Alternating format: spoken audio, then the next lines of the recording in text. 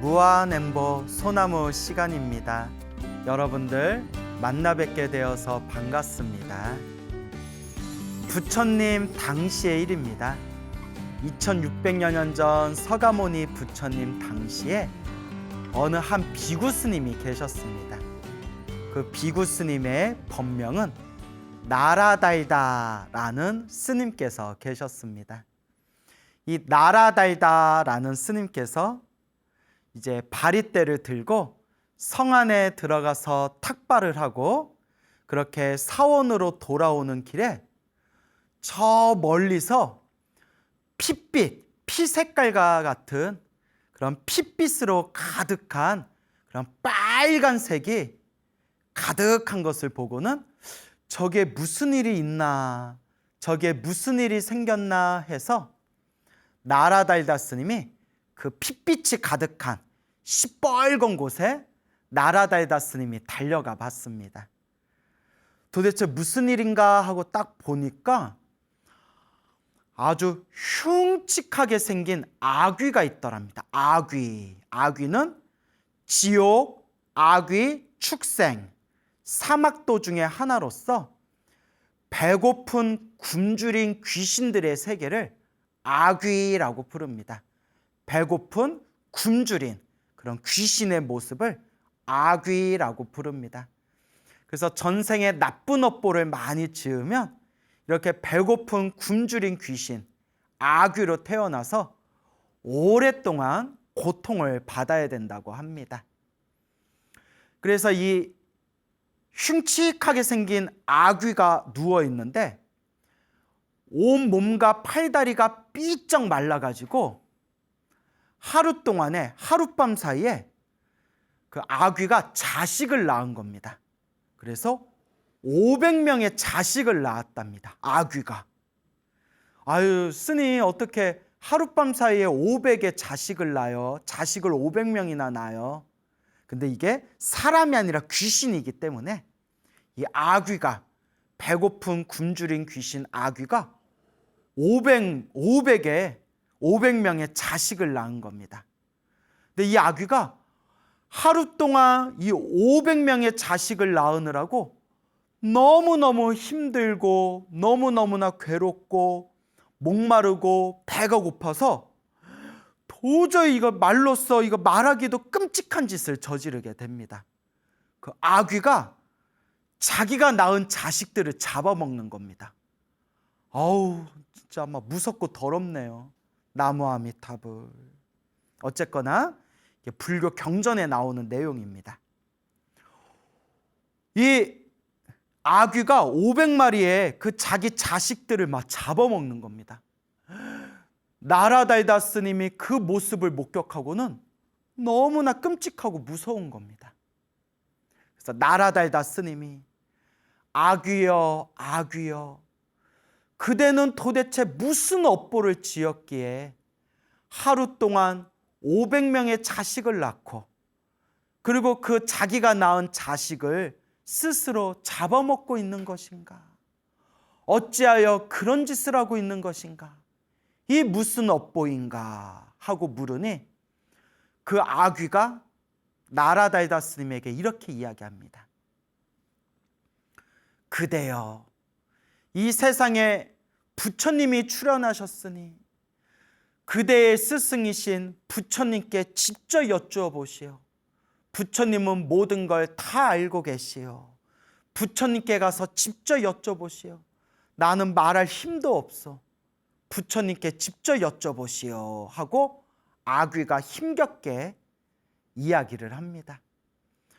나라달다 스님이 그 자리에서 즉시 서가모니 부처님이 계신 사원에 가서 서가모니 부처님 발 아래 엎드려 예배를 올리고 부처님께 이제 질문을 하려고 합니다.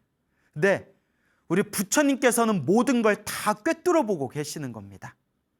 부처님께서 나라달다 스님의 모습을 딱 보고 비구여, 나라달다 비구여, 오늘 이상한 것을 보았는가? 라고 부처님이 먼저 말씀을 딱 꺼내는 겁니다.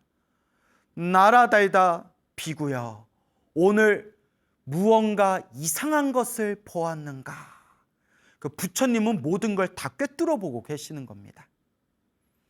그때 나라달다 스님이 부처님께 오늘 보았던 아귀가 하루 동안 500명의 자식을 낳고 그 자식들을 잡아먹는 그 끔찍하고 추악한 모습을 목격한 것을 자초지종 설명을 한 뒤에 부처님께 여쭈어 봅니다. 부처님, 저 아귀는 전생에 어떤 업보를 지었기에, 어떤 인연의 업보가 있기에 저렇게 하루 동안 자기 자식을 낳고 자기가 낳은 그 자식을 스스로 잡아먹을 수가 있는 겁니까? 이 무슨 업보의 인연입니까? 그때 부처님께서 이와 같이 말씀하십니다. 그대에게 자세한 그 업보의 인연에 대해서 설해줄 터이니 그대는 귀 기울여서 잘 듣도록 하여라. 그리고 서가모니 부처님께서 이와 같이 말씀하시는 겁니다. 수없는 머나먼 과거 전생에, 수없는 머나먼 과거 전생에 어느 큰 부자가 살고 있었다고 합니다. 이 부자에게, 이 돈이 많은 부자에게 첫 번째 부인이 있었는데 그 부인 사이에 아무리 애를 쓰고 노력해도 아이를 낳지 못했다고 합니다. 그래서 하늘에 기도를 올리고 애를 갖게 해달라고, 아이를 갖게 해달라고 아무리 하늘에 제사를 지내도 첫 번째 부인 사이에서 아이를 가질 수가 없었다고 합니다. 그래서 이 부자는 고민한 끝에 두 번째 부인을 맞이하게 됩니다. 아이를 갖기 위해서. 그래서 두 번째 부인 사이에서 이 두 번째 부인이 임신을 하게 됩니다. 그때 이 첫 번째 부인이 새로 들어온 두 번째 부인이 아이를 가졌다, 임신했다라는 이야기를 듣고 눈이 뒤집혀 버립니다. 지독한 질투와 시기심에 빠져서 해서는 안 될 짓을, 생각조차 해서는 안 될 짓을 행하고 맙니다. 무슨 짓을 저질렀냐? 두 번째 부인에게 음식을 갖다 주면서 이보게, 이거 먹고 힘내게, 화이팅 이러면서 음식을 줬는데 그 음식에 애를 낙태시키는 약을 섞었던 겁니다. 아이고, 참 무서운 일입니다. 이 첫 번째 부인이 질투와 시기심에 눈이 멀어서 해서는 안 될 짓을 저질러 버리는 겁니다. 두 번째 부인, 임신한 부인에게 음식을 주면서 낙태약을 섞은 겁니다. 우리 중생이 이와 같이 어리석습니다. 팔만대장경에서 부처님이 수없이 말씀하셨지만 중생은 이 지독한 탐욕과 성냄과 어리석음에 휩쓸려 있다. 왜 우리는 끊임없이 이와 같이 자기의 이 악한 마음, 악한 감정에 휩쓸려서 사람으로서 해서는 안 될 짓을 하는 그런 사람들이 있는가? 중생의 업보가 참으로 두껍구나. 탐욕과 성냄과 어리석음의 뿌리가 이와 같이 깊구나 라고 부처님께서 말씀하시는 겁니다. 두 번째 부인이 그 낙태약이 섞여 있다는 걸 모르고 그 약을 먹고 그만 애가 떨어져 버립니다. 유산을 해버립니다. 아이고, 나무아미타불 관세음보살, 참 너무나 슬픈 일이죠. 이 소식이 가족들한테 알려지고 나서 가족과 친척들이 몰려와가지고 그 음식을 준 첫 번째 부인한테 가서 막 따지는 겁니다. 네가 그 음식에다가 약을 섞었지. 네가 그 음식에다 약을 섞어가지고 우리 두 번째 부인 애가 떨어지게 한 거지 하면서 이제 서로가 시비가 오가게 됩니다. 근데 첫 번째 부인이 분위기를 보니까 그래, 내가 약 섞었다, 내가 약 섞어가지고 애를 유산시켰다 라고 진실을 말했다가는 이거는 맞아 죽을 것 같거든요. 그래서 아니다, 아니다, 나는 그런 짓을 하지 않았다 라고 첫 번째 부인이 막 거짓말을 합니다. 나는 아니다, 내가 한 게 아니다. 그러니까 그 가족과 친척들이 첫 번째 부인을 막 손가락질하면서 네 말을 어떻게 믿냐, 네가 안 그랬다는 걸 어떻게 믿냐 하니까 첫 번째 부인이 수많은 사람들, 가족과 친척들을 보는데 앞에서 신당에 가서, 자기들이 모시는 신당에 가서 이렇게 거짓 맹세를 합니다. 뭐라고 맹세를 하느냐? 천지신명이시여, 하늘이시여, 천지신명이시여, 제가 만약에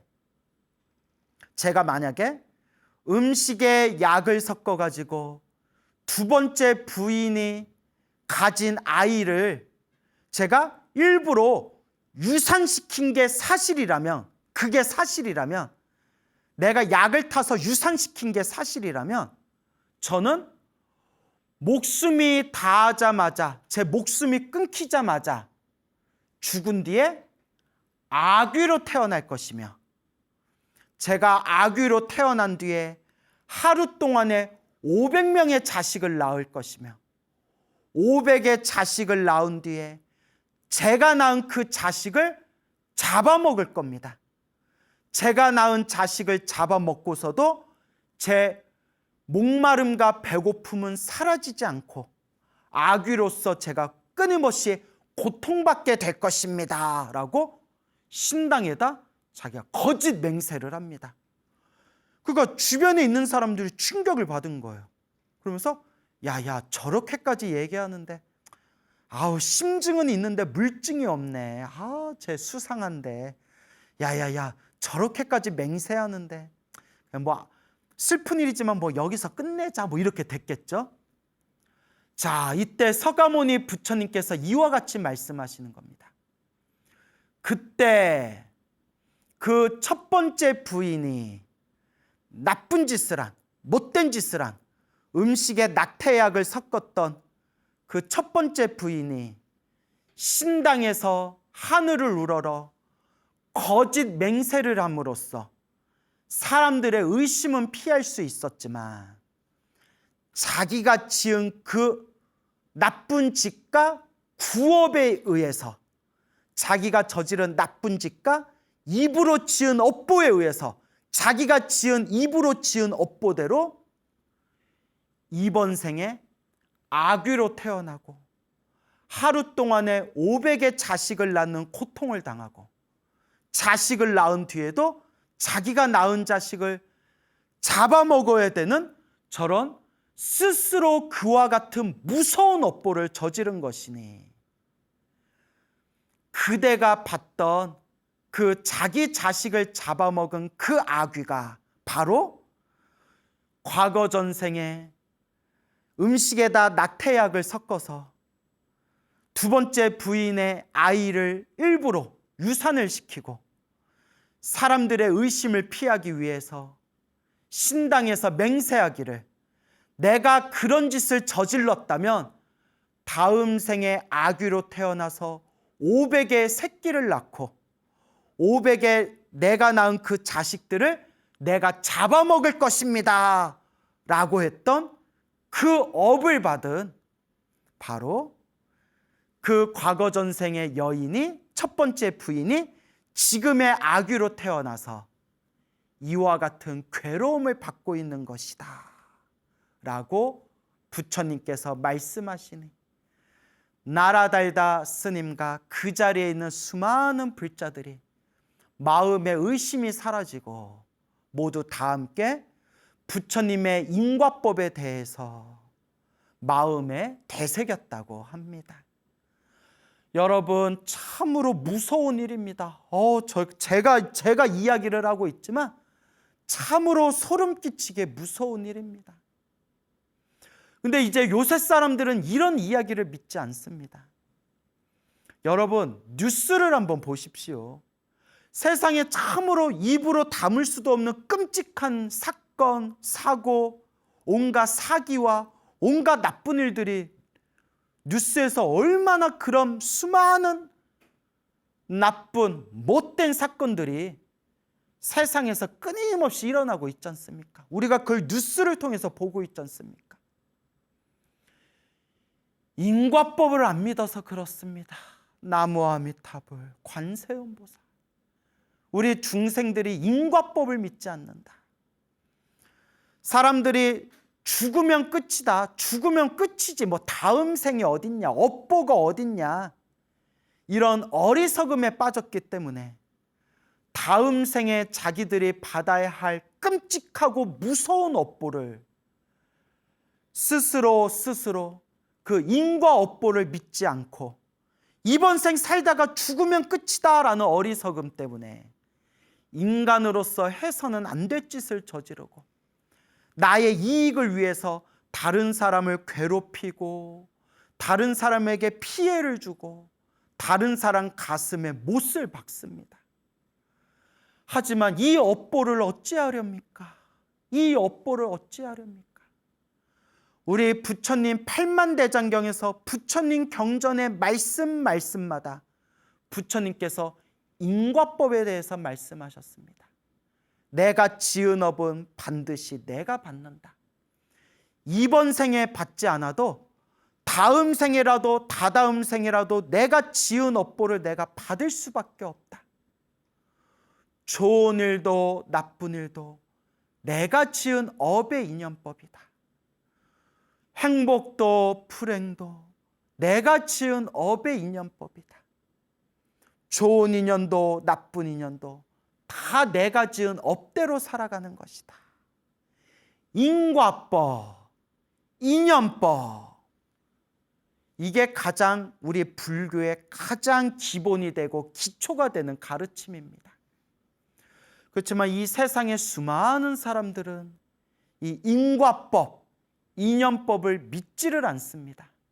그리고 지금 이 순간에도 복을 짓고 선업을 짓고 공덕을 닦기보다는 탐욕과 성냄과 어리석음에 휩쓸리면서 사람들에게 피해를 주고 사람들에게 크나큰 상처를 주고 사람들에게 못된 짓을 하는 그런 존재들이 있습니다. 우리 주변에 너무 많습니다. 물론 착한 사람들도 많아서 세상이 유지가 되는 거죠. 못된 인간들만 있으면 세상이 벌써 멸망해도 한 100번은 멸망했죠. 그나마 못된 인간들도 많지만 정말 선하시고 천사같이 착한 분들, 법 없이도 살아갈 수 있는 양심이 있는 분들이 있어서 그래도 이 세상이 또 유지가 되는 거겠죠. 하지만 세상에 못된 사람들이 많은 것 같습니다. 그래서 여러분, 우리 불자라면, 우리 부처님의 가르침을 닦는 불제자라면 부처님의 가르침을 닦아가면서 항상 좋은 업을 짓도록 노력해야 됩니다. 항상 좋은 인연을 짓도록 애써야 합니다. 복을 짓고 선업을 짓고 공덕을 닦도록 우리가 노력하고 애써야 합니다, 여러분. 두 번째 이야기입니다. 서가모니 부처님 당시의 일입니다. 어느 한 남자가 있었는데 이 남자가 여인을 만나서 결혼을 합니다. 그런데 결혼을 하고 나서 부인이 애를 가졌는데 부인이 애를 가진 뒤에 부인 몸에서 자꾸 이렇게 더러운 냄새가 나는 겁니다. 아무리 목욕을 하고 아무리 씻어도 부인의 몸에서 자꾸 더러운 냄새가 나는 겁니다. 그때 남편이 보다 못해서 이렇게 얘기합니다. 여보, 예전에 안 그랬는데 당신이 임신하고 나서 당신 몸에서 자꾸 더러운 냄새가 나오. 그러니까 이제 부인도 막 창피하고 부끄럽겠죠. 제가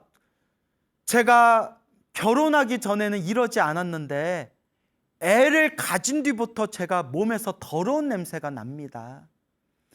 저도 그걸 느껴서 아무리 목욕하고 닦아도 몸에서 더러운 냄새가 사라지질 않습니다. 하면서 부인이 이렇게 얘기하는 겁니다. 아마도 임신을 하고 난 뒤에 몸에서 자꾸 더러운 냄새가 나는 거 보니까 제가 가진 뱃속에 있는 이 아이의 업보인 것 같습니다. 라고 말을 하는 겁니다. 아니나 다를까 10달이 지난 뒤에 아들을 낳았는데 이 아들 몸에서 더러운 냄새가 나고 그 더러운 냄새가 사라지지를 않는 겁니다.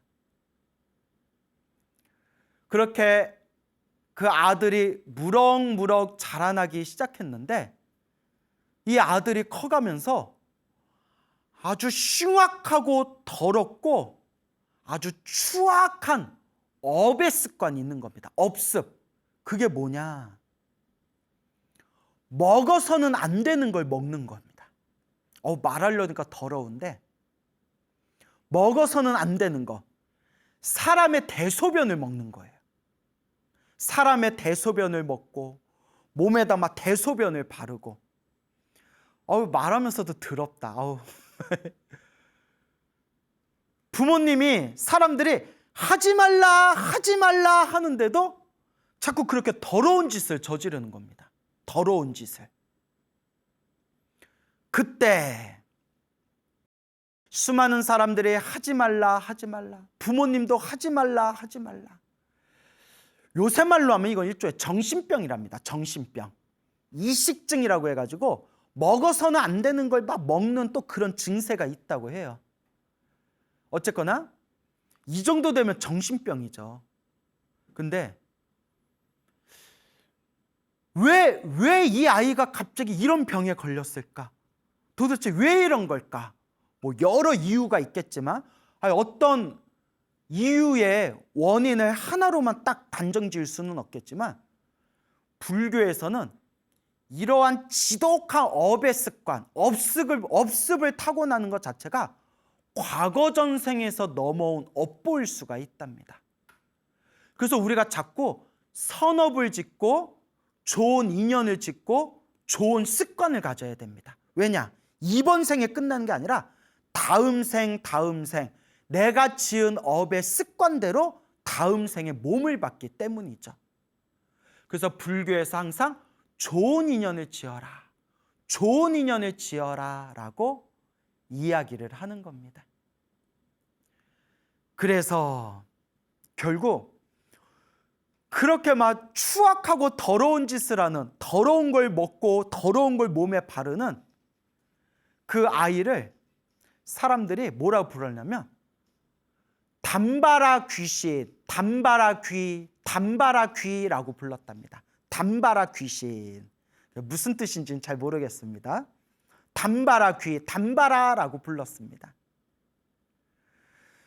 아무리 가족들이 애를 쓰고 부모님이 잔소리를 하고 성을 내고 때리고 아무리 애를 써도 아이의 그 추악한 나쁜 습관이 없어지질 않자 결국 부모와 가족과 마을에서 그 아들을 내쫓아 버립니다.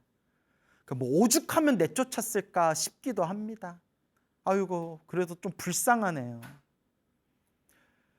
그렇게 이제 내쫓김을 당하고 난 뒤에도 사람 눈을 피해가지고 몰래 막 더러운 걸 먹고 더러운 걸 몸에 바르고 하다가 어느 외도의 수행자를 만나게 됩니다.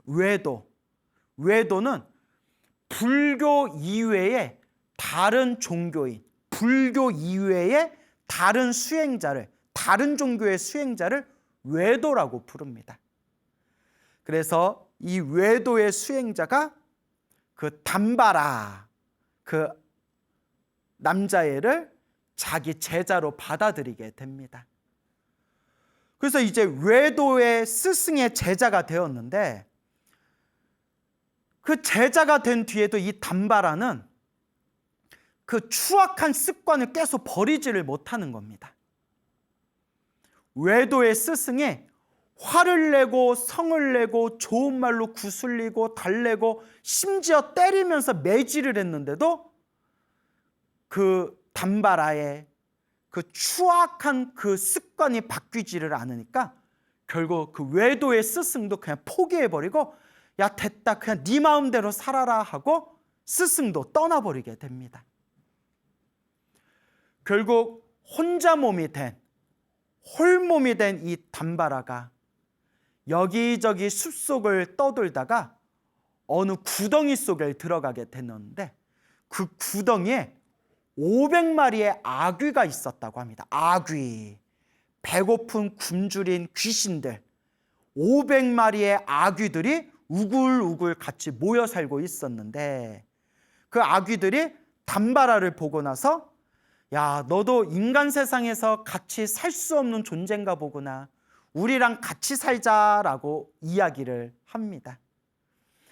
담바라가 야, 드디어 나에게도 친구가 생겼구나, 가족이 생겼구나 했는데, 그 담바라의 그 더러운 것을 먹고 더러운 것을 몸에 바르는 그 추악한 모습을 보고 500마리의 아귀들조차도 정내미가 떨어져 가지고 뿔뿔이 흩어졌다고 합니다. 그 책에 그렇게 나와요. 500마리의 아귀들조차도, 귀신들조차도 혀를 내두르면서 야, 우리가 아무리 아귀라지만, 우리가 아무리 귀신이라지만, 야, 너하고는 못 살겠다, 야.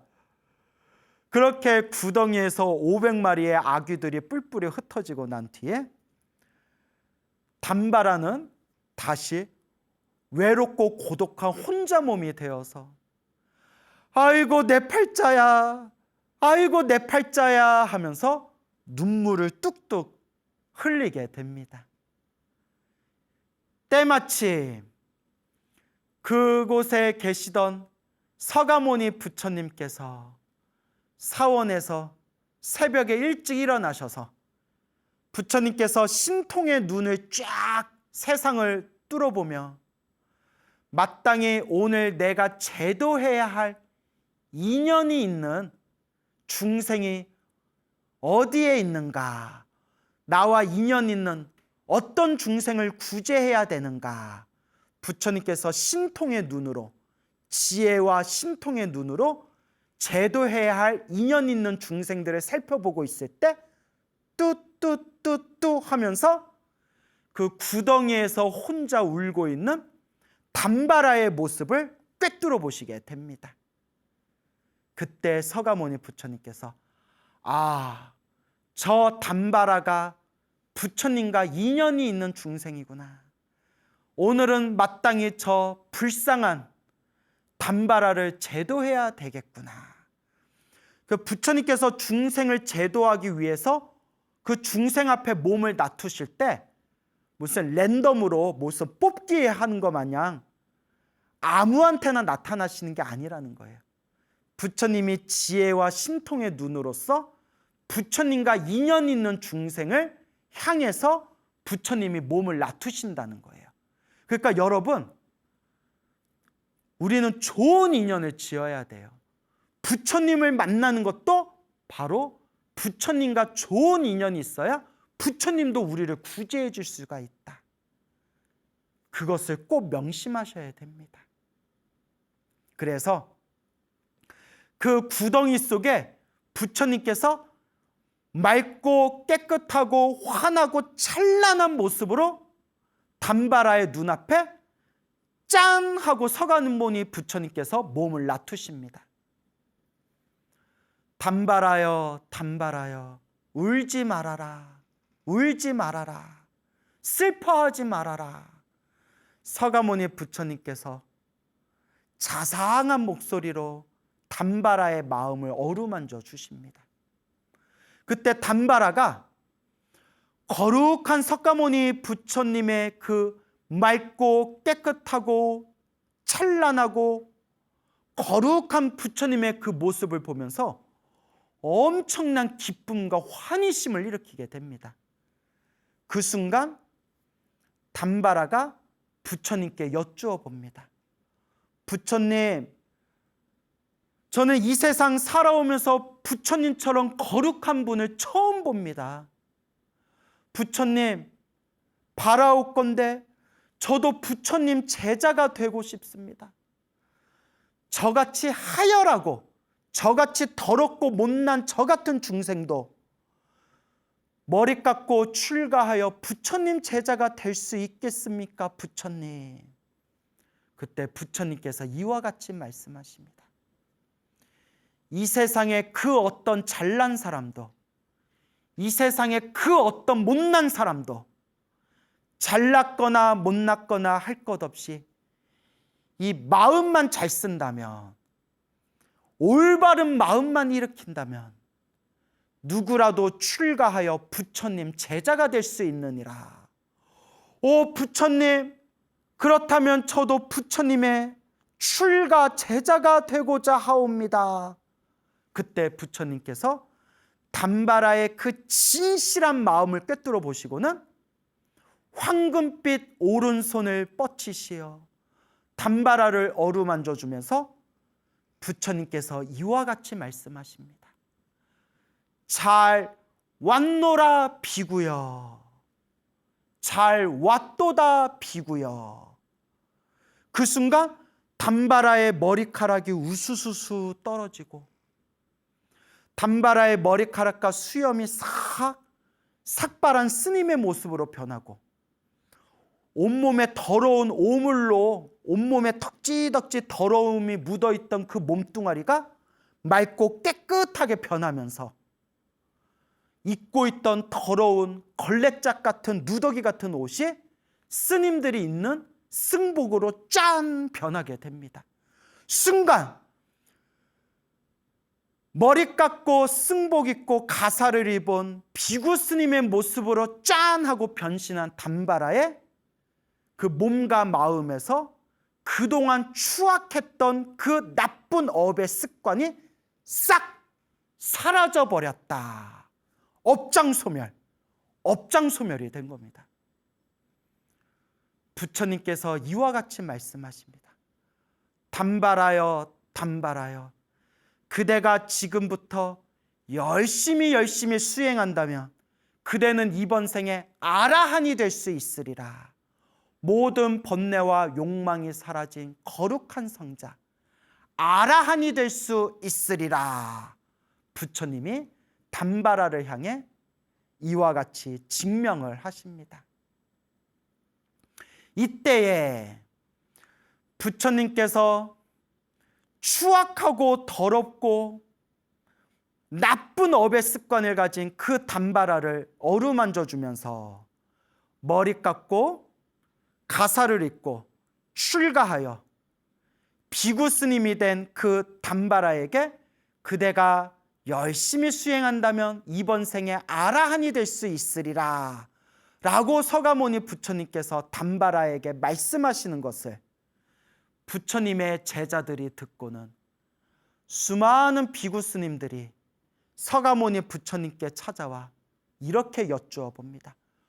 부처님, 저 담바라는 추악하고 더럽고 나쁜 업의 습관이 있었던 사람인데 어찌하여 그와 같은 더러운 업보를 받은 것이며 어떻게 부처님을 만나자마자 머리 깎고 출가할 수가 있었으며 어떤 공덕이 있기에 부처님께서 이번 생에 담바라는 열심히 수행하면 아라한이 될 수 있으리라 이와 같이 증명하신 겁니까? 부처님, 어떤 업의 인연이 있는 것입니까?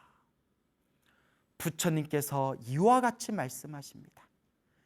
그대들이여 자세히 듣도록 하여라. 그대들을 위해서 자세히 분별해서 설명해 주겠노라. 그리고 부처님께서 머나먼 과거 전생 이야기를 들려주십니다. 머나먼 과거 전생에 어느 한 부처님께서 세상에 출현하셨는데 그 부처님의 이름을 가라가 손타 부처님이라고 불렀다. 가라가 손타 부처님. 다른 경전에서는 구류손불, 구류손 부처님이라고 나옵니다. 그러니까 가라가 손타 부처님, 구류손 부처님, 같은 부처님이래요. 근데 이제 번역이 다른 거래요. 가라가 손타 부처님, 부처님께서 세상에 출현하셨는데 그때 세상에 널리 진리의 법을 세상에 널리 전하시다가 어느 한 나라에 도착을 했는데 그 나라의 국왕이 가라가 손타 부처님께 간곡하게 청하기를, 부처님 3개월 안것 동안 저의 나라에 머물러 주십시오. 3개월 안것 동안 부처님과 부처님의 제자이신 스님들께 저희가 지극정성 공양을 올리고자 하옵니다. 청을 올리게 되었다. 가라가 손타 부처님과 수많은 스님들께서 그 나라 국왕의 공양청을 받고 3개월 안거를 머무르게 되셨는데 그때 국왕이 부처님과 스님들을 위하여 큰 절을 지어서 사찰을 지어서 보시를 하게 되었다.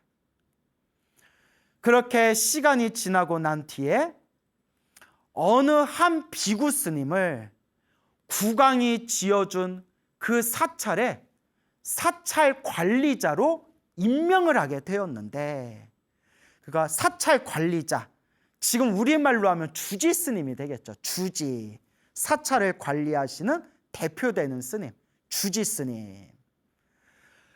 그 사찰의 관리자가 된 그 주지 스님이 어느 날 잠깐 볼일을 보러 밖에 나간 사이에 그 사찰에 거룩한 성자 아라한 스님께서 그 사찰에 이제 방문하게 되었다. 그 사찰에 방문한 그 아라한 스님이 주지 스님이 없어서 가만히 사찰에 앉아 있는데, 그때 그 절의 신도였던 어느 불자님이 그 아라한 스님을 보고 나서 목욕물을 끓여가지고 깨끗하게 목욕을 시켜드리고, 그리고 아주 향기로운 기름, 향이 나는 기름으로 그 아라한 스님에게 정성껏 향유를 발라드리고 옆에서 정성으로 시봉을 올리게 되었다고 합니다.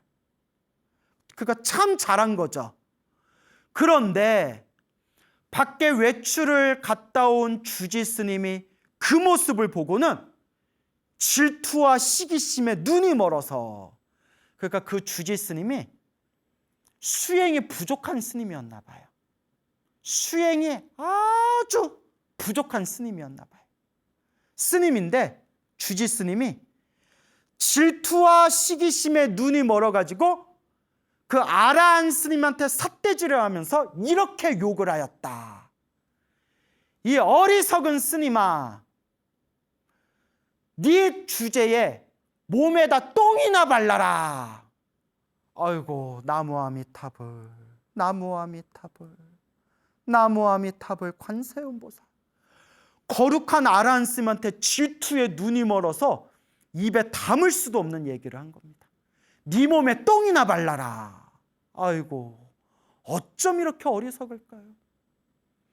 그 순간 아라한 스님께서 저 주지가 어리석어서 저와 같은 구업을 짓는구나.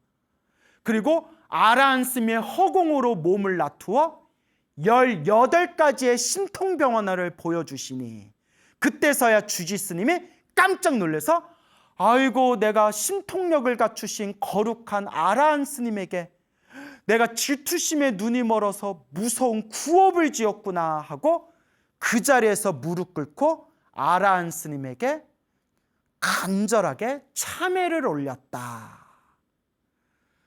그리고 서가모니 부처님께서 이와 같이 말씀하십니다. 비구들이여, 그대들이여, 그때 아라한 스님에게 몸에 똥이나 발라라 라고 지독한 구업을 지었던 그 주지스님은 자기의 실수를 깨닫고 아이고 잘못했습니다 라고 참회를 한, 그나마 회개하고 잘못을 뉘우치고 참회를 한 공덕으로 지옥에는 안 떨어졌지만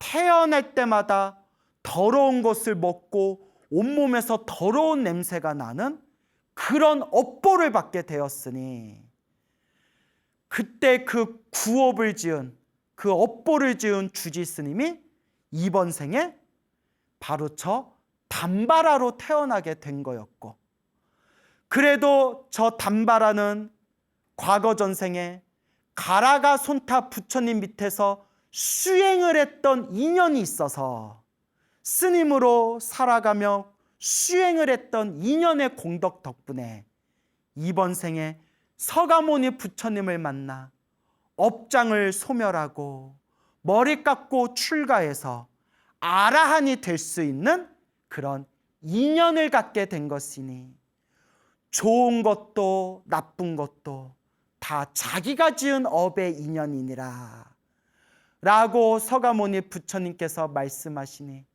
그 자리에 있는 모든 불제자들이 다 함께 기뻐하고 찬탄하였다고 합니다. 여러분, 오늘 이와 같이 두 가지 주제에 대해서 두 가지 재미난 이야기 들려드렸는데 어떻게 스스로 마음에 와닿는 교훈이 있으십니까? 여러분, 행복도 불행도 다 자기가 지은 업의 인연입니다. 우리의 중생은 시작 없는 옛적부터 몸으로, 입으로, 생각으로 수많은 업을 짓고 있습니다. 이 업을 어찌할꼬, 이 업을 어찌할꼬. 그래도 우리가 과거 전생에 지어놓은 착한 성근이 있어서 이번 생 사람으로 태어나 부처님 법을 만났구나. 참으로 다행이다. 참으로 다행이다. 그러니 여러분, 이번 생 부처님 법을 만났을 때 시작 없는 옛적부터 알고 지었건 모르고 지었건 몸과 말과 생각으로 지은 내 업보를 이번 생에 수행의 힘으로 업장 소멸을 하면서 이번 생 복과 선업과 공덕을 잘 닦읍시다, 여러분.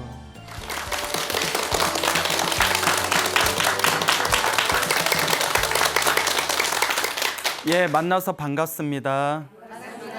예, 광우 스님이라고 합니다. 그 어느 젊은 청년 불자님이 또 아주 소중한 편지를 보내오셨어요.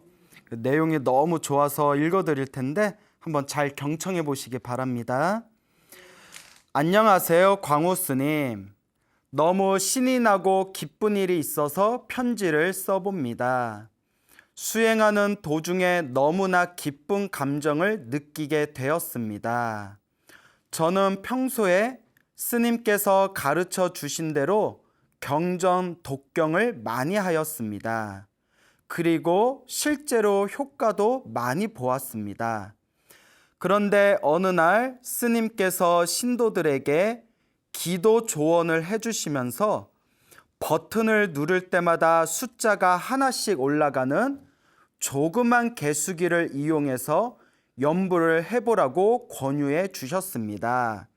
그 여러분들 개수기라고 혹시 아세요? 네. 이렇게 하나씩 누르면 떼깍떼깍하고 숫자 올라가는 숫자를 계산하는 기계가 있거든요. 근데 그게 큰 게 있고 작은 게 있어요. 그래서 이제 손가락에 끼우는 작은 게 있어서 손가락에 끼워놓고 절할 때마다 하나씩 누른다거나, 예, 그리고 그 개수기가 뭔지 모르고 넘어갈 뻔했네요.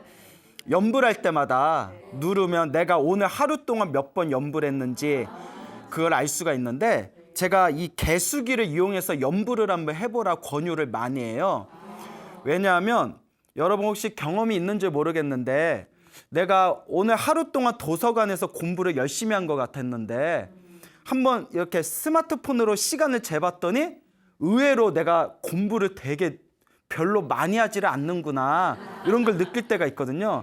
그러니까 나는 뭐 한 몇 시간 공부한 줄 알았는데 스마트폰으로 시간 체크하고 공부해서 계산해 봤더니 겨우 2시간뿐이 공부를 안 했다거나. 그러니까 우리가 내가 느끼는 거랑 실제로 내가 공부한 거랑 괴리감이 있다는 거예요. 그와 같이 연불 수행을 할 때에도 나는 하루 동안 연불을 많이 한 것 같은데 막상 숫자를 계산해 보면 의외로 연불을 많이 안 했다는 걸 알 수 있거든요. 근데 내가 오늘 하루 동안 뭐 1000번을 하겠다, 3000번을 하겠다, 5000번을 하겠다, 10,000번을 하겠다라고 숫자를 딱 정해놓고 연불을 할 때마다 숫자기를 누르면 오늘 하루 동안 내가 몇 번 했는지를 알 수가 있잖아요. 그러면 훨씬 이 목표의식이 생겨서 연불 기도가 훨씬 잘 됩니다. 그래서 제가 경험한 게 있고 제 주변의 불자님들이 경험한 게 있어서 제가 어느 날 이렇게 법문할 때 요 개수기, 딸깍딸깍 개수기를 이용해서 연불을 한번 해봐라 이렇게 말을 해준 적이 있었거든요. 근데 뭐 관세음보살하고 한 번 누르고 관세음보살하고 또 한 번 누르면 너무 번잡하잖아요. 그 마음으로 뭐 관세음보살을 5번 부르고 한 번 누르고 관세음보살 5번 부르고 한 번 부르면 나중에 이렇게 곱하기 5 이렇게 계산이 되잖아요. 이제 그게 그 얘기입니다. 그 말씀이 계속 머리에 맴돌다가 며칠 전에 인터넷에서 개수기를 구입해서 연불 수행을 시작하였습니다. 첫날은 그냥 아무 생각 없이 연불 횟수를 채우기만 했습니다. 다음 날에 출근을 하면서 연불을 하는데 너무나도 기분이 좋은 것입니다. 그러다가 새벽에 일하면서 틈틈이 조금씩 마음속으로 연불을 하는데 순간 팍 터져버린 겁니다. 뭐가 터졌냐면 마음에서 순간 엄청난 기쁨과 희열을 느낀 것입니다. 연불이 이렇게 좋은 수행이었다니. 이분은 이제 연불을 많이 하지 않았는데 한 방에 느꼈잖아요. 이게 이제 그 전에 기도를 많이 해와서 그런 거예요. 예, 뭐 여러분들 평소에 기도 안 한 분들이 갑자기 연불한다고 누구나 이런 효과를 보는 게 아니라 이분이 평소에 지장경 독경을 많이 했어요. 그래서 이제 효과를 좀 빨리 본 것 같습니다. 내가 왜 이제야 연불 수행의 재미를 알게 되었을까 하는 후회와 기쁨을 동시에 느끼면서 하늘을 나는 듯한 기분을 얻었습니다. 그동안 지장경과 법화경, 독경 수행을 하면서 다른 수행법들은 조금 무시하는 감정이 있었습니다. 내가 하는 것이 최고이고 남이 하는 것은 별거 아니지라는 교만심이었습니다. 하지만 지금 연불 수행을 하면서 말로는 표현 못할 환희심을 느끼게 되자 그동안에 나는 정말 어리석었구나 반성을 하였습니다. 광우 스님의 말씀대로 많은 수행법이 있지만 결국은 하나로 통한다는 말이 이제야 조금은 이해가 됩니다. 그동안 수행의 기쁨을 알기 전에는 수행을 할 때마다 부담감을 가지고 꾸역꾸역 의무감으로 수행을 하였습니다. 그런데 지금은 그런 마음의 장애가 없이 일상생활 속에서 자연히 녹아내리며 수행을 하고 있습니다. 독경을 하던 연불을 하던지 요즘은 수행하는 게 너무나도 재미가 있습니다. 이전까지 제가 수행하는 것이 시즌 1이었다면 연불의 재미를 느낀 지금은 수행의 시즌 2가 시작된 것 같습니다. 이 마음을 잘 유지하여 꾸준히 열심히 수행하겠습니다. 아직 저의 업보가 두꺼워서 개수기라는 물건이 없으면 연불에 집중이 잘 안 됩니다. 비록 물건의 도움을 받았지만 이 소중한 연불 수행을 잘 이어나가겠습니다. 지금은 하루에 연불을 5,000번씩 하고 있습니다. 일상생활에서 직장생활하면서 근데 이제 직장생활을 하는데 약간 이제 머리 쓰는 것보단 몸으로 쓰는 일이래요. 그러니까 이제 틈틈이 마음속으로 물건 옮길 때에도 연불하고 그리고 가만히 서 있을 때에도 연불하고 의자에 앉아서 잠깐 쉴 때에도 연불하고 그러니까 얼마든지 일상생활에 자투리 시간에 우리가 기도할 수가 있습니다. 기도할 마음이 없는 사람들이 꼭 스님 시간이 없어요. 예, 내가 다 알아 내가. 열심히 수행하시는 분들께는 명함도 내밀지 못하겠지만 무리하지 않고 염불의 습관을 들이면서 조금씩 횟수를 늘려나가겠습니다. 이런 엄청난 큰 기쁨을 느끼게 해주신 광우 스님께 감사드립니다. 앞으로도 계속해서 수행과 함께 행복하게 살아가겠습니다. 나무 아미타불 지장보살. 자, 편지 내용이 굉장히 좋죠? 예, 이렇게 일상생활에서도 염불을 놓치지 않고 계속 수행하고 정진하다 보니까 이 마음에 엄청난 기쁨과 희열을 느끼고 너무너무 사는 게 재밌고 무엇보다 일을 하면서 느꼈던 스트레스가 굉장히 많이 사라졌답니다. 그러니까 여러분, 힘들고 괴롭고 답답할 때는 무엇을 해라? 예, 기도해라. 염불을 하든지 독경을 하든지 다란이를 하든지 절을 하든지 자신만의 기도를 선택해서 꾸준히 밀고 가는 게 중요합니다. 근데 제가 이제 불자들에게 염불을 많이 권하는 게, 염불은 짧잖아요. 염불은 짧으니까 일상에서도 할 수가 있어요. 걸어 다닐 때에도 염불할 수가 있고, 마음속으로 버스 안에 탔을 때, 전철 안에 탔을 때도 염불할 수 있고, 설거지할 때도 염불할 수 있고, 그리고 무슨 일 같은 거 할 때에도 이어폰으로 염불 소리 이렇게 귀로 들으면서 염불할 수 있고, 염불이 일반인들한테, 일상생활 직장인들한테도 굉장히 염불이 좋습니다. 근데 이제 우리 바깥에서 일하시는 분들은 긴 거라면 좀 불리해요. 막 일하다가 나오라 다나다라 하다가 막 일하다가 어디까지 했지? 분명히 그렇게 되거든요. 너무 길면. 근데 이제 뭐 관세음보살 5글자, 지장보살 4글자, 뭐 아미타불 4글자, 나무 아미타불 6글자. 짧잖아요. 그러니까 항상 이 짧은 염불에 마음을 집중하다 보면 마음의 잡념과 망상이 이렇게 가라앉으면서 마음에 큰 기쁨을 느끼게 되고, 알게 모르게 또 부처님의 가피를 얻을 수 있는 그런 업장 소멸이 반드시 이루어질 것입니다. 그러니까 진정한 기도인은 짜투리 시간조차도 잘 이용해야 된다라는 것을 꼭 명심하시길 바랍니다. 예전에도 제가 한번 소나무에서 언급을 했던 이야기 같은데, 오늘 그 연장선상에 있는 그런 아주 감동스러운 이야기를 여러분들에게 전해드릴까 합니다. 아마 예전에 소나무에서도 한번 언급을 했던 것 같아요. 제가 지금 하도 말을 많이 해가지고 내가 이 이야기를 어디서 언제 했지라는 게 사실 기억이 잘 안 나요. 한번 정리를 해야 되는데 저도 워낙 바빠가지고, 저랑 굉장히 친하게 지내는 젊은 불자가 있습니다. 이 청년 불자가 있었는데 한 만난 지 몇 년 정도 됐어요. 이제 남자인데, 이 청년 불자가 처음 봤을 때 굉장히 얼굴이 은침하고 얼굴이 아주 어둡고 생각도 굉장히 부정적인 생각으로 가득했어요. 그래서 딱 봐도 아이고 참 이거 업보가 두껍다. 딱 보면 우리가 답이 대충 나오잖아요. 우리가 이거 사람을 비유하면 안 되지만 우리 주부님들이 이렇게 시장 가면 대충 생선 눈깔 보면 이거 실하다. 어머 이거 막 같다. 이런 거 있잖아요. 물론 사람에 비유하면 안 되지만, 근데 이렇게 우리도 이렇게 중생들 얼굴을 보면 대충 답이 나오거든요. 이분은 기도를 많이 하는 사람이다. 이 사람은 기도 같은 걸 안 하지만 전생에 복을 많이 지었구나. 아이고 이 사람은 이거 눈동자를 봤더니 좀 영가작용이 있다. 뭐 이런 것들이 좀 있어요. 근데 스님들이 알아도 그런 얘기를 안 하죠. 사람들이 거기에 휘둘릴까 봐. 근데 이제 우리 청년불자를 봤는데 너무 얼굴에 업보가 두꺼워 보이는 거예요. 그래서 제가 사람은 근데 되게 착해요. 착한데 이제 업장이 두꺼워 보여서 제가 이렇게 계속 기도하라고 권유를 했어요. 기도해라, 기도해라, 기도해라. 계속 기도하라고 이렇게 권유를 했는데, 이 친구가 이제 다행히 전생에 한 가닥 성근이 있었는지 기도를 이렇게 열심히 해 나가더라고요. 기도를 하면서 굉장히 큰 가피와 효과를 봤어요. 근데 제가 이 친구가 기도할 때 이제 지장 기도를 하는 거예요. 전생에 지장보살하고 인연이 깊었나 봐요.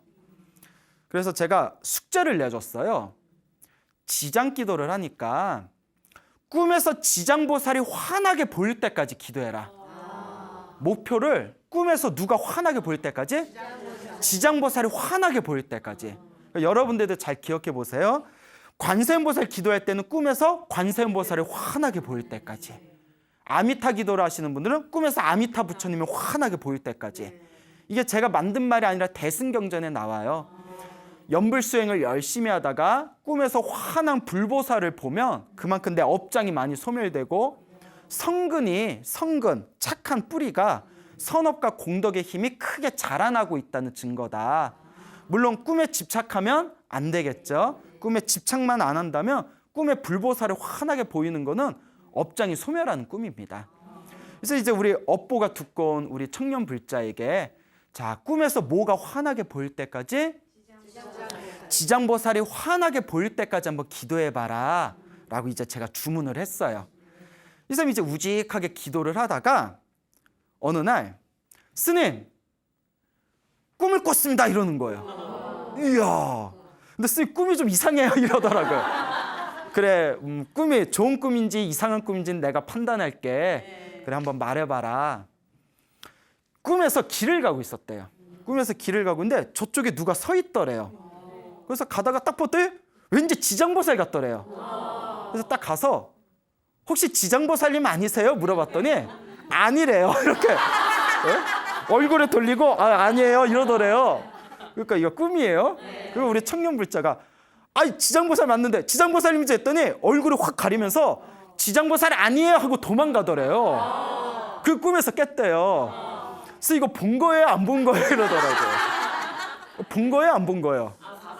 근데 뒤꿈치는 봤구나. 뒤꿈치는 봤구나. 뒤통수는 본 거 아니에요. 지장보살이 뒤꿈치는 봤으니 네가 기도를 하긴 했으니까 뒤꿈치라도 본 거다. 근데 아직 업장이 두꺼워서 얼굴을 환하게 못 본 거다. 그러니 더 기도해라. 이 친구 이제 신이 나서 뒤꿈치라도 왔으면 얼마예요. 그러면서 이제 계속 기도를 또 계속 열심히 했어요. 꾸준하게 기도를 하면서 정말 이제 많은 가피를 얻었는데 또 어느 날 찾아왔어요. 스님 또 꿈을 꿨습니다 이러는 거예요. 근데 스님 이번에도 좀 이상해요. 그래, 좋은 꿈인지 이상한 꿈인지는 내가 판단해 주마. 무슨 꿈을 꿨는데 하니까 길을 가다가 할아버지를 만났대요. 어느 할아버지를 만났는데 이 할아버지가 내가 선물 줄게 받을래? 이러더래요. 그러니까 이 친구가 아니요 저 필요 없어요 하고 그냥 휙 갔대요. 가다가 꿈속에서 머리가 번쩍하면서 이 친구가 제 법문을 엄청 많이 듣거든요. 소나무에 보면 뭐 기도 열심히 했더니 꿈에서 누가 이렇게 주는 꿈을 이렇게 꾸고 그걸 받고 뭐 소원이 성취됐다 이런 얘기가 많이 나오잖아요. 그 소나무에서 듣던 얘기가 딱 떠오르면서 꿈에서 뭐 줄 때 받아야 되는데 그리고 뒤를 확 돌아봤대요. 그리고 가시는 할아버지한테 할아버지 하고 부른 뒤에 저 그 선물 받을게 주세요 하니까 할아버지가 딱 쳐다보시더니 싫어 하면서 사라지시는데 지장보살로 사라지세요. 지장보살로 변해서 사라지시더래요. 와, 근데 선물을 받았어요 못 받았어요? 내가 이 멍충아 그걸 받아야지. 저도 못 받냐. 그렇잖아요. 저도 못 받냐. 그래서 내가 그랬어요. 야, 그래도 지장보살 얼굴은 봤잖아요. 진짜 이게 어디냐. 예, 진짜 기도를 열심히 한 거예요. 저번에는 뒤통수만 봤는데 이번 선물은 못 받았지만 얼굴은 보지 않았냐. 그래도 너 진짜 열심히 한다. 그렇게만 해라. 그래서 이 친구 막 신이 나가지고 기도를 하는데 엄청나게 가피를 받았습니다. 마음도 편안해지고 얼굴도 환해지고 그 말을 좀 버벅거렸어요. 예? 몇 년 전에 봤을 때도 말을 좀 버벅거렸는데 말도 너무 잘하고. 근데 이 친구가 이제 저한테 찾아와서 스님 그 며칠 전 일이에요? 한 달 전에 꿈을 꿨습니다 이러더라고요. 그래서 또 무슨 꿈인데? 이 친구가 하는 얘기가 꿈을 꿨는데 입에서 흰 실 있죠? 실에 구슬이 방울방울 달린 그런 흰 실에 구슬이 하얀 구슬이 방울방울 달린 걸 입에서 막 뽑아내는 꿈을 꿨대요. 뽑아도 계속 나오대요. 입속에서. 그걸 쭉쭉쭉 입에 있는 걸 다 뽑아낸 뒤에 속에서 웩 하고, 꿈에서 못 봤는데 속에서 웩 하고 핏덩어리인가 가래침인가 있는 힘껏 웩 하고 그걸 확 뱉어버렸대요. 꿈속에서 그 뱃속에 있는 그 더러운 걸 웩 하고 뱉으면서 꿈에서 딱 깼는데, 보통 자다가 깨면 머리가 좀 몽롱하잖아요. 그 꿈을 꾸고 나서 일어났는데 머리가 너무 맑고 개운하더래요. 그런 경험이 없었대요. 머리가 너무 맑고 개운하더랍니다. 입에서 막 그 구슬을 하염없이 막 뽑아, 우리 마술 보면 막 못 뽑는 거 있잖아요. 막 뽑아낸 뒤에 다 뽑고 나서 마지막에 뱃속에 있는 더러운 걸 입 밖으로 웩 하고 토해내면서 잠에서 딱 깼는데 머리가 개운한 거예요. 근데 그 친구가 저한테 뭐라는지 아세요? 한 달 전에 꾼 꿈이었는데, 근데 스님, 그 꿈을 꾸고 나서 마음이 편안해지고 사는 게 너무 행복해졌습니다. 사는 게 너무 행복해졌대요. 제가 진짜 업장소멸했구나. 그게 업장소멸한 거예요. 이 친구가 예전에 저한테 했던 말이 기억나요.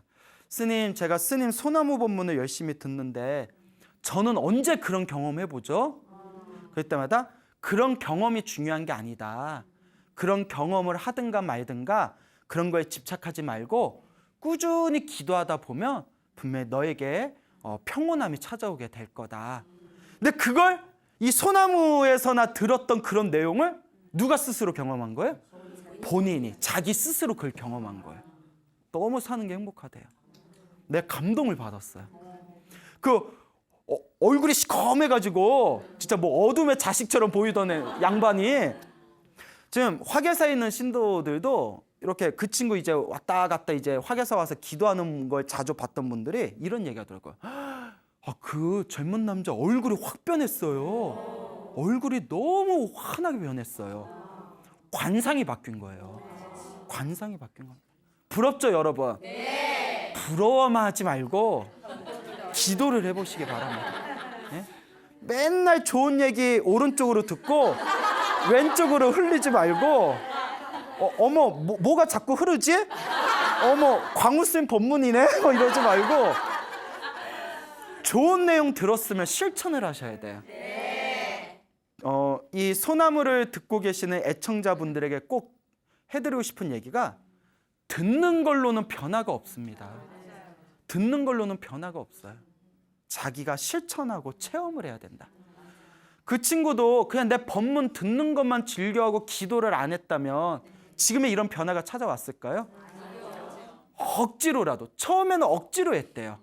힘들어도 광우스님이 내가 업보가 두껍다고 했는데 그래도 꾸준히 해야지. 억지로 하고 하다 보니까 맛을 보니까 계속 꾸준히 하다 보니까 드디어 이제 이러한 완전한 어떤 자신의 모습이 환골탈태하는 이런 놀라운 체험을 하게 된 것입니다. 그래서 내가 그 친구를 이야기를 들으면서 막 감동이 느껴지더라고요. 이게 불법이구나. 이게 부처님의 가르침의 힘이구나. 머리로만 따지고 입으로만 내뱉는 사람들은 이 맛을 몰라요. 자기가 체험을 해야 된다. 백날 좋은 이야기 들어봤자 3년이 지나고 5년이 지나고 10년이 지나도 항상 그 자리예요. 차라리 그 3년 동안, 5년 동안, 10년 동안 한번 열심히 기도하고 복을 지어봐라. 분명히 자신의 운명이 조금씩 좋은 쪽으로 바뀌게 되는 것을 확연하게 느끼게 될 것입니다. 알겠죠? 네. 기도하시기 바랍니다. 화계사에 계시는 우리 불자님이 계시는데 보살님이세요. 여성 불자님이신데 지금 50대 중반 정도 되셨어요. 근데 이분이 원래 화계사 신도가 아니었어요. 소나무의 광팬이세요. 소나무를 보시고 깜짝 놀랐대요. 너무 재밌어서. 내 입으로 얘기해야 되나? 내 입으로 얘기하니까 민망한데, 그래요. 좀 뻔뻔해질 필요도 있어요. 아니, 내가 만든 얘기가 아니라 소나무를 우연히 봤는데 너무 재밌더래요. 그러다가 이제 광우 스님 보러 화계사에 가야겠다. 근데 이 방송에서 말씀드리지만 제가 너무 바빠서 화계사 오셔도 저 얼굴 보기 힘들어요. 예, 저 그렇게 쉬운 남자 아니에요. 예, 예, 쉬운 남자 아니에요. 아직 바빠요. 예, 좀 지쳐 보이지 않아요? 예, 예, 좀 바빠요. 예. 근데 이제 그분이 이제 화계사에 이제 오셔가지고 이제 기도도 하시고 그렇게 이제 화계사에서 화계사 불교대학에서 이제 공부도 하시고 자 이렇게 이제 신행생활을 하면서 이제 소나무 법문을 들으면서 본격적으로 기도를 열심히 하셨대요. 열심히 하셨는데 이 불자님이 지금 50대 중반이신데 이렇게 주변에 세상을 일찍 돌아가신 분들이 많대요. 예, 주변에 좀 단명하신 분들이 좀 계시는데 문제가 생긴 거예요. 몇 년 전부터 잠만 자면 꿈에 죽은 사람이 자꾸 나타나는 거예요. 잠만 자면 꿈에서 죽은 사람들이 계속 나타나는 거예요. 그러니까 막 잠을 설치는 거예요. 잠자리가 뒤숭숭하고 자도 잔 것 같지가 않고 막 벌떡 깨고 자꾸 꿈에 죽은 사람이 나타나니까 왜 꿈에 자꾸 죽은 사람이 나타날까요? 그래서 항상 이렇게 가슴이 두근거리고 잠도 설치고 또 찝찝하잖아요. 잤는데 꿈에서 자꾸 죽은 사람 보면 찝찝하잖아요.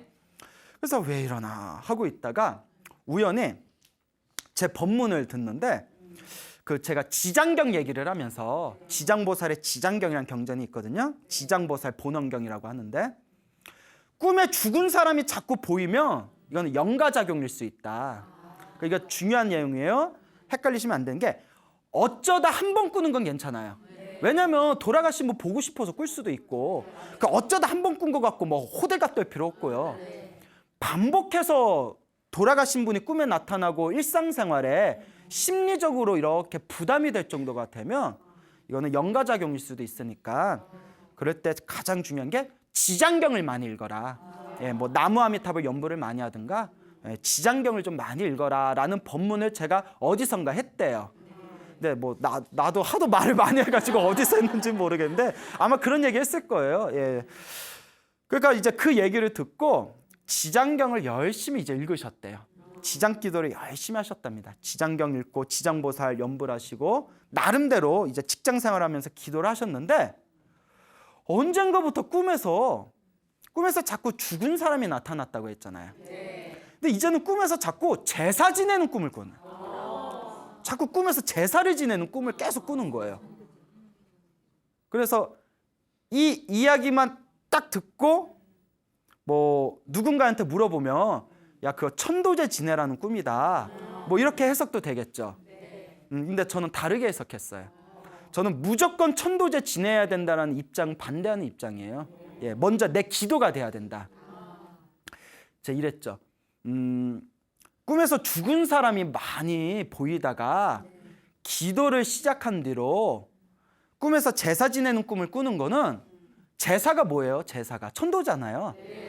꿈에서 죽은 사람들을 꿈에서 천도하고 있는 거다. 아니나 다를까 그 뒤로 죽은 사람이 안 보이더래요. 지장경 읽고 꿈에서 제사 지내는 꿈을 계속 꾸면서 꿈에서 이제 죽은 사람들이 안 보이더랍니다. 그거 하나만으로 살 것 같더래요. 잠을 편안하게 자니까. 그래서 가피 받으셨네. 가피 받으셨네요. 그래서 이제 보살님이 스님 말씀처럼 열심히 이 기도를 했더니 꿈에 제사 지내는 꿈을 많이 꾸면서 꿈에 이제 죽은 사람들이 안 보입니다. 제가 그것만으로도 숨통이 트인 것 같습니다. 잠을 편안하게 잘 수 있으니까. 훌륭하십니다. 이랬는데 또 놀라운 가피를 얻으신 거예요. 또 한참 이렇게 기도를 하실 때 보살님이 꿈을 꾸셨는데 옷을 홀딱 벗고 있더래요. 옷을 홀딱 벗고 있었는데 근데 이제 방 안에서 이제 옷을 홀딱 벗고 있는데 남자 한 명, 여자 한 명이 쓱 들어오더래요. 그러니까 뭐 창피하잖아요. 나 옷 홀딱 벗고 있는데 누가 들어오네. 근데 그 남자 하나, 여자 하나가 들어왔는데 그 여자분이 좀 얼굴이 퉁퉁해 보이시더래요. 퉁퉁해 보이시는 그 여자분이 그거 좀 누워봐요 하더니 보살님을 막 마사지를 해주더래요. 마사지. 뭉쳤네? 뭐 이러면서 와 마사지를 해주는데 뒤돌아봐요 해가지고 막 허리 위주로만 만져주더래요. 근데 보살님이 옷을 홀딱 벗고 있잖아요. 옷을 홀딱 벗고 여자분이 막 마사지를 해주니까 아니 됐어요, 이제 그만할게요. 창피해서. 꿈속에서도 창피하더래요. 아니 그만할게요. 저 이제 그만할게요. 됐어요 하니까 더 해야 되는데 하고 아쉬워하면서 마사지가 끝나면서 잠에서 딱 깼대요. 이렇게 일어났는데 몸이 좀 개운하더래요. 그래서 아이씨 좀 더 받을 걸. 좀 더 받을 걸 약간 후회되더래요. 그 다음 날에 또 꿈을 꿨대요. 또 그 다음 날에 가피를 좀 빨리 봤죠. 전생에 뭐 좀 닦은 게 있으신가? 꿈에서 하얀 애벌레 같은 거 있잖아요. 하얀 구더기 같은 허연 벌레가 몸에서 막 줄줄 빠져나가는 꿈을 꿨대요. 소나무에서 제가 몇 번 얘기 드렸죠. 기도하다가 몸에서 하얀 무슨 벌레 같은 거 빠져나는 꿈, 소나무 예전에 다 얘기해 놨어요. 그게 이제 업장소멸 꿈이거든요. 허연 벌레가 온몸에서 계속 쏟아지는데 한참을 쏟아지더니 벌레가 다 빠져나왔더랍니다. 벌레가 다 빠져나왔는데 그때 정체를 알 수 없는 어떤 사람이 쓱 나타나더니 약통을 주더래요. 약통. 그래서 약통을 딱 받는 꿈을 받고 꿈에서 딱 깼답니다. 몸에서 벌레가 싹 빠져나가고 약통을 받고 꿈에서 딱 깼는데 평소에 허리하고 관절이 아파가지고 드시던 약이 있었대요. 드시던 약이 있었는데 관절약이 있었는데 그 꿈을 꾸고 나서 약을 딱 끊어버렸대요. 가피 받은 거죠. 그래서 이야 부럽다. 스님 정말 기도하니까 이런 선물을 주시더라고요. 하시더라고요. 그리고 또 이 보살님이 이제 또 꿈 얘기가 하나 더 남았습니다. 보살님이 이제 어느 날 이제 또 꿈을 꿨는데 그때 또 이렇게 나체대로예요. 몸을 홀딱 벗고 있었는데 꿈에 기도를 많이 해서 꿈에 홀딱 벗은 꿈은 그건 되게 좋은 꿈이래요. 뭐 홀가분한 걸 상징하는 거 있잖아요. 홀가분하고 업장을 이렇게 내려놓는 거. 그래서 기도하다가 꾼 꿈. 자, 그래서 저기 옷 홀딱 벗고 막 클럽에서 부비부비 하면 그거는 개꿈이고 기도하다가 알겠죠? 스님 스님 옷 홀딱 벗고 뭐 부처 행썸 막 이랬어요. 이러고 개꿈 같은데? 그래요. 미안해요. 나체로 있는데 이렇게 몸을 봤는데 몸에 살주머니 2개가 달려 있더래요. 살주머니가 꿈이니까 이렇게 이렇게 가슴 배에 이렇게 살주머니 2개가 붙어 있었는데 큰 주머니 하나, 작은 주머니가 붙어 있더래요. 작은 주머니에서 허연 고름 같은 게 톡 하고 이렇게 쏟아지더래요. 하얀 우유 같은 고름이 작은 주머니에서 쏟아지더니 작은 주머니에서 허연 고름이 쏟아지고 난 뒤에 큰 주머니 있잖아요. 큰 살주머니에서 허연 우유 같은 고름이 더 많이 쏟아지더래요. 쫙 더 많이 쏟아지더래요. 이거 기억을 잘 해두세요. 살주머니 2개가 있는데 작은 주머니에선 작은 게 쏟아지고 큰 주머니에선 큰 게 싹 쏟아지고 그 꿈에서 깼대요. 이것도 아주 전형적으로 몸에서 그런 고름이나 더러운 게 빠져나가는 거는 좋은 꿈이에요. 업장소멸 꿈입니다. 그래서 뭐 몸에 벌레가 빠져나간다거나 몸에 더러운 게 빠져나간다거나 뭐 소대변에 시원하게 누웠다든가 뭐 하여튼 이런 것들이 되게 좋은 꿈이거든요. 그래서 쫙 쏟아지고 났는데 뭐 얼마 지난 뒤에 보살님께서 직장에서 일을 하고 있는데 전화가 왔대요. 아들이 교통사고, 차를 운전하다가 차가 사고가 난 거예요. 엄마가 놀라서 갔더니 아들은 다치지가 않고 차가 좀 많이 부셔졌대요. 그래서 뭐 보험 처리하고 뭐하고 해서 50만 원을 냈대요. 50만 원을 냈는데 또 얼마 지난 뒤에 아들한테 또 전화가 왔대요. 이번에 또 차를 운전하다가 사고가 더 크게 났대요. 그리고 놀라서 또 가봤더니 이제 다친 사람은 없고 차가 너무 많이 또 부셔져서 이번에 200만 원이 들었대요. 그러니까 첫 번째 50만 원, 두 번째 200만 원이 들었는데 왜 갑자기 이런 일이 터지냐 하고 어느 날 이렇게 기도를 하고 있었는데 이렇게 기도를 하다가 순간 그 전에 꿨던 살주머니 2개가 딱 떠오르더래요. 작은 주머니에서 작게 나오고 큰 주머니에서 쭉 나왔잖아요. 그 꿈꾸고 나서 얼마 안 돼서 아들이 연달아서 교통사고 2번 당했는데 차가 박살이 났는데 첫 번째는 50만 원을 내고 두 번째는 200만 원을 냈잖아요. 순간 아이고 내가 크게 받을 걸 작게 받았구나. 사람이 다치거나 크게 받을 업보였는데 살주머니 2개에서 그 살주머니가 업보였던 거예요. 업보. 살주머니에서 그 고름이 빠져나가는 거 업장소멸이잖아요.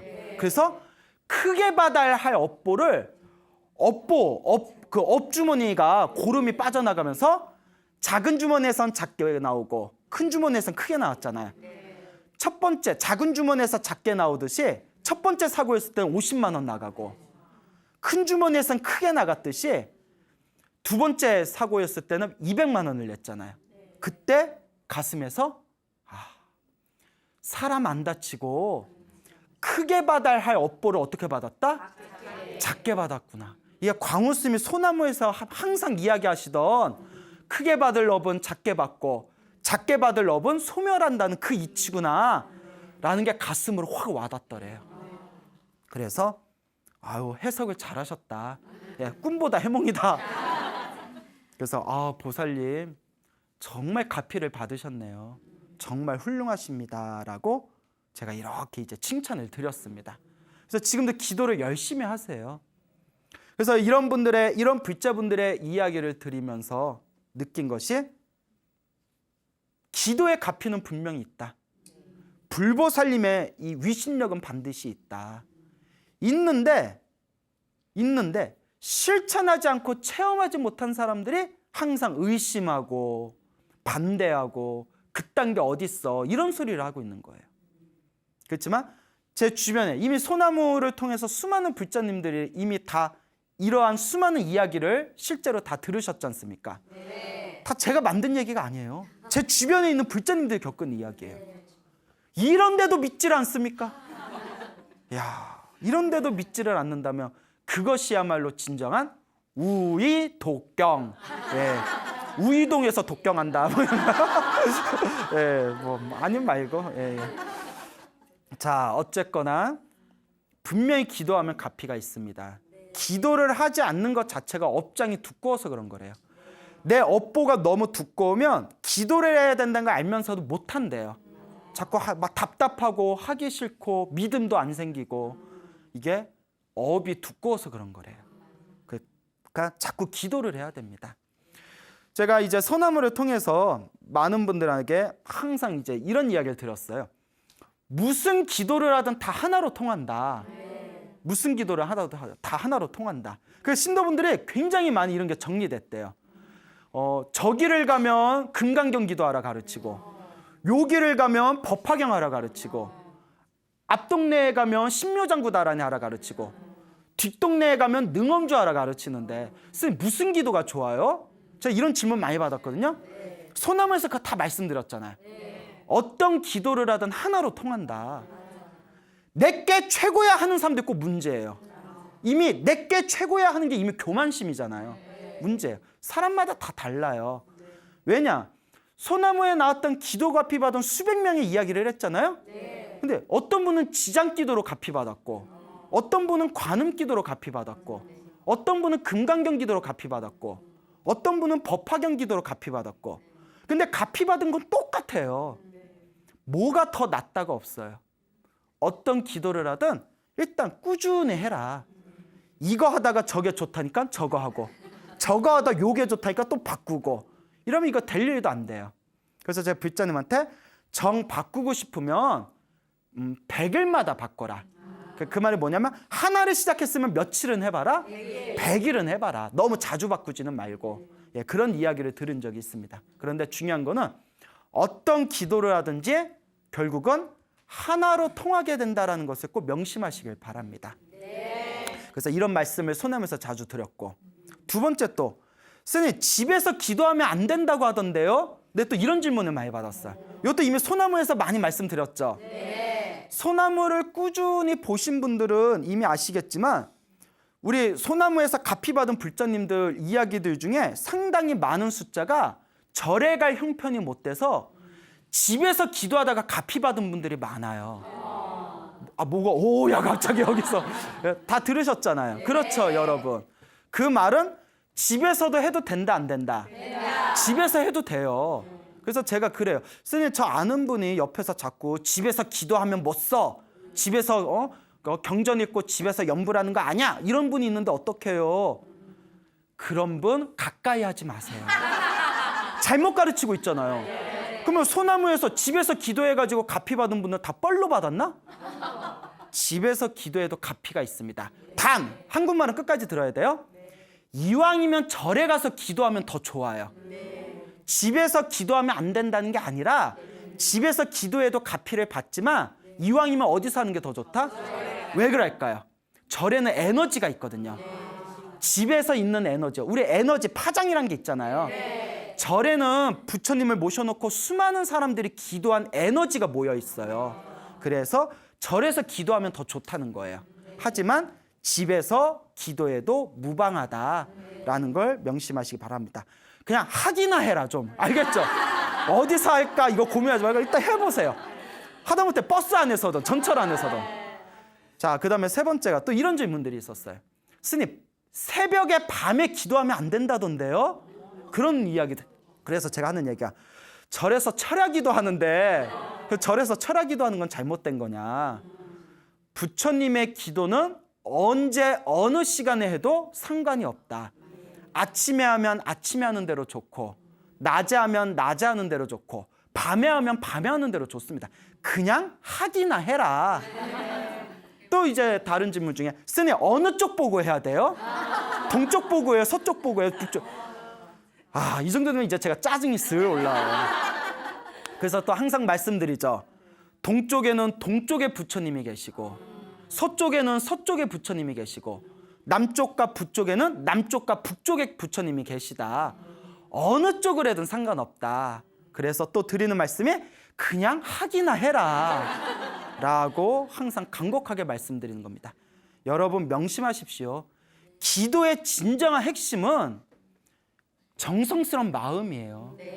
이 마음이 중요한 거지. 이 마음을 놓치고 뭐 몇 시에 해야 좋냐, 어느 쪽 보고 해야 좋냐, 어디서 하는 게 좋냐, 무슨 기도를 해야 좋냐, 이거는 다 껍데기예요. 우리 불자들 보면 자꾸 껍데기에 집착해요. 근데 많은 불자님들한테 고맙다고 인사받은 것 중에 하나가 소나무를 보면서 굉장히 많은 부분들이 정리가 됐대요. 그래서 다시 말씀드리지만 진정한 기도의 알맹이는 바로 무엇이다? 정성스러운 마음이다라는 것을 꼭 명심하시기 바랍니다. 마음이 정성스럽고 마음이 간절하고 이 마음을 가지고 꾸준히 기도한다면 1년이 지나고 3년이 지나고 5년, 10년이 지난 뒤에 나의 운명이 굉장히 더 좋게, 더 긍정적으로 바뀌어 가고 있구나라는 것을 스스로 체험하시게 될 겁니다. 알겠죠? 네. 여러분, 행복해지고 싶습니까? 네. 행복한 삶을 창조하고 싶습니까? 네. 복을 지으십시오. 선업을 지으십시오. 공덕을 쌓으십시오. 복과 선업과 공덕의 힘이 여러분들을 진정한 행복의 길로 이끌어 줄 것입니다. 여기서 마치겠습니다. 소중한 나 무한 행복.